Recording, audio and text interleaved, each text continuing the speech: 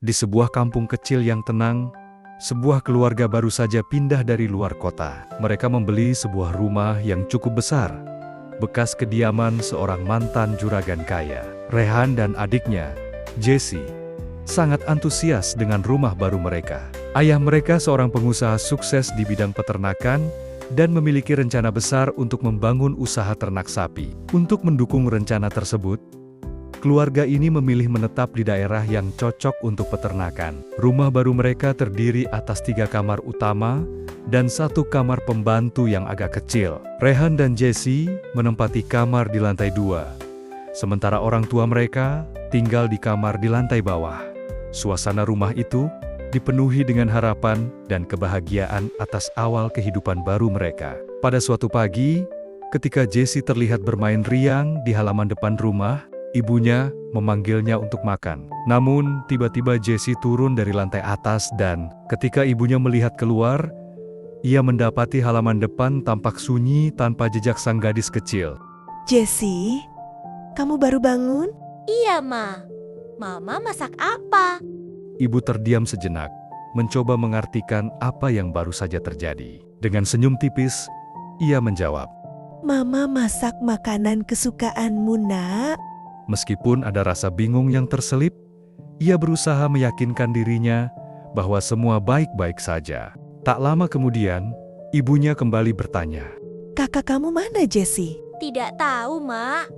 Mungkin masih tidur. Ibu pun ke atas untuk membangunkan Rehan. Rehan? Rehan, kamu belum bangun? Ayolah, kita makan dulu. Sesaat setelah itu, suasana di ruang makan berubah. Ayah tiba bersama Rehan dan Jesse, meskipun situasi pagi itu masih membingungkan. Oh, Rehan ikut ayah pergi cek kandang. Ibu kira kamu masih tidur di kamar. Iya, tadi pagi saat ibu ke pasar, ayah ajak mereka cek kandang. Soalnya mereka tidak mau ditinggal sendirian di rumah. Hah? Mereka? Jesse kan di rumah sejak tadi, ya? Iya, Bu. Kita bertiga tadi pagi pergi ke kandang Bu. Soalnya di rumah sepi, jadi kita takut. Ibu terdiam sejenak sebelum akhirnya berkata, Baiklah, ya sudah, mari kita makan dulu. Hari-hari berlalu dengan rutinitas yang kian menenangkan. Hingga suatu hari, ayah baru pulang dari kandang dengan wajah panik. Apakah anak-anak sudah pulang duluan, Bu? Tanyanya dengan cemas. Ibu pun membalas. Tidak, mereka belum pulang. Kan tadi ikut ke kandang? Ayah pun menjelaskan bahwa saat itu mereka sempat ditinggal ayah sebentar di kandang untuk membeli kawat di pasar. Di kandang terdapat 2 penjaga, Pak Yasir dan Pak Ridwan. Namun, ketika kembali, keberadaan anak-anak sudah lenyap. Kedua penjaga pun kebingungan, tidak mengetahui kemana mereka pergi. Aduh, mereka kemana ya? Keluh ibu dengan suara gemetar. Ayo, kita periksa lagi ke sana. Ajak ibu, sambil bersiap bergegas keluar. Sesampainya di area kandang, ayah dan ibu dibantu oleh Pak Yasir dan Pak Ridwan. Mereka pun berpencar untuk mencari jejak Jesse dan Rehan. Namun, seiring matahari mulai terbenam, pencarian mereka tak membuahkan hasil. Kepanikan pun semakin meningkat, dan ayah segera melaporkan kejadian tersebut kepada Pak RT. Dengan penuh kecemasan, bahwa anak-anak mereka telah menghilang. Malam itu, Pak RT mengerahkan warga untuk membantu pencarian. Dengan sinar lentera yang menerangi jalan setapak, di desa yang belum memiliki listrik, seluruh warga berkumpul dalam upaya menemukan kedua anak itu. Namun, hingga pukul 10 malam, tidak ada tanda-tanda keberadaan Jesse dan Rehan. Ibu, dengan hati yang gelisah, tak mampu menahan air matanya. Sudah, Bu. Kita lakukan pencarian lagi besok. Hari sudah gelap, dan warga pun kelelahan. Ujar ayah dengan nada penuh harap. Keesokan harinya, suami istri itu kembali melakukan pencarian meski waktu semakin sore.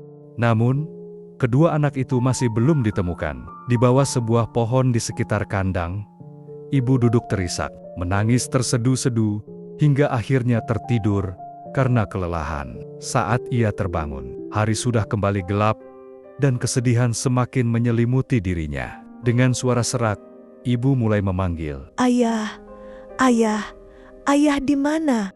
Tanpa ada jawaban, ibunya merasa ditinggalkan. Setelah beberapa saat terus berteriak memanggil, ia memutuskan untuk berjalan pulang, menempuh jarak sekitar 1 kilometer dengan ditemani cahaya obor warga yang menerangi jalan setapak. Sesampainya di rumah, pemandangan yang menyambutnya membuatnya terperangah. Rumah yang begitu akrab dan penuh kenangan kini tersambar api yang berkobar dengan dahsyat. Ibu berteriak histeris, hanya mampu menangis dan menjerit karena tak mengerti apa yang sedang terjadi. Hanya kesunyian yang menyambutnya. Tidak ada seorang pun di sana. Kelelahan dan keguncangan batin membuat ibu akhirnya pingsan di depan rumah yang telah hancur terbakar. Keesokan harinya, ibu terbangun di sebuah rumah sakit dengan tangan dan kaki terikat pada ranjang. Ia perlahan sadar bahwa dirinya telah diselamatkan. Meski dalam keadaan yang sangat lemah, di luar ruangan, paman berbicara dengan seorang dokter mengenai kondisi ibu. Bagaimana keadaan adik saya, dokter? Tanya paman dengan penuh kekhawatiran. Dokter menjawab, Adik bapak mengalami trauma berat, gangguan jiwa yang semakin parah, dan ia sering berimajinasi akibat trauma masa lalunya. paman menimpali. Mungkin ia belum mampu menerima kenyataan atas suami dan anaknya. 5 tahun lalu, akibat kebakaran, ditambah cedera kepala yang dideritanya saat menyelamatkan anaknya dalam kebakaran, semakin memperparah keadaannya. Dengan suara serak, paman menambahkan, Tapi itu sudah terjadi 5 tahun lalu. Mengapa ia belum juga bisa melupakan masa lalunya?